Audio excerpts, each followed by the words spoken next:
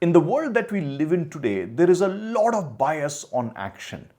And action is almost equivalent to being leader-like. So the one who makes a lot of noise, gives presentations, is out there, visible, talking, doing a lot of PPT kind of stuff, big words, addressing town hall, they are respected as leaders. But what you also will see is the downfall of such leaders, because somewhere their actions are leading to chaos.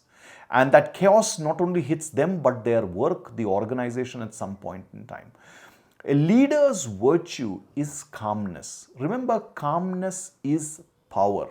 Calmness is not weakness, because when you are calm, when you are focused, you have the ability to make good, solid, deep decisions. Otherwise, too much of action bias, too much of running around is causing a lot of chaos which your body doesn't deserve. The chaos doesn't deserve that pious network, the nervous system that you have. Chaos doesn't deserve your brain.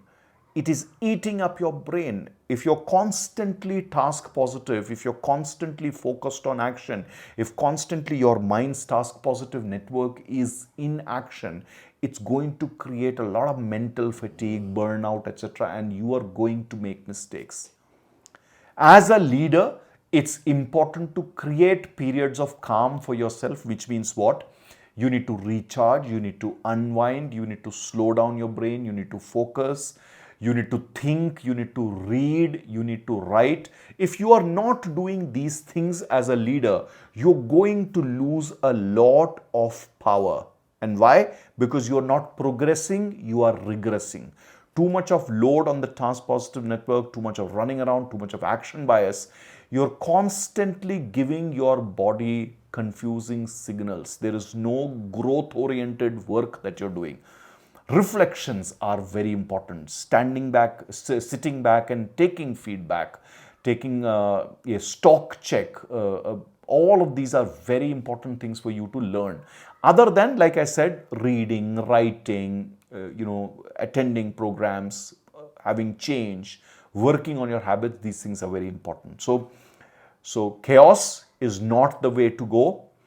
All the time in action is not the way to go. Your brain, your body doesn't deserve those challenges coming and eating up on it. Find your time, find your focus. Reactivity kills things faster than anything else. Being calm, being focused, being a little reserved doesn't mean that you are not, you don't care, or you are not out there. Sometimes the most powerful actions can come from leaders who are calm and controlled, because leadership is like playing chess. You have to have a lot of calculation, lot of foresight, and that foresight is not going to come unless you combine hindsight, insights, and your intuition. It takes a lot of experience and learning to do that. So give yourselves periods of calm. Have calmness in your nature, in the way you approach things.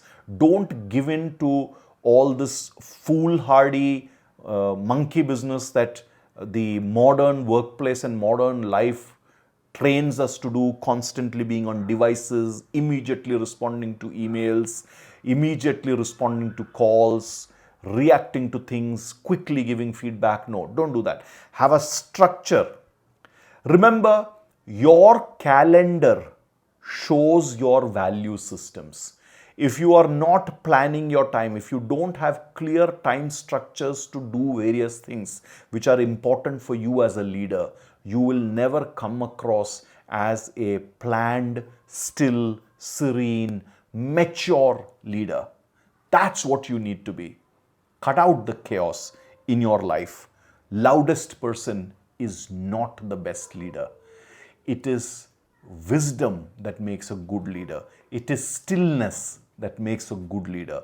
It's someone who is able to observe well, make good choices, shape the situation and environment and people, get results, and maneuver through all the chaos. That is a good leader.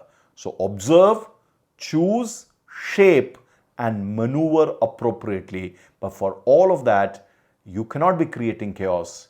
You need stillness and calmness. Give yourselves that gift.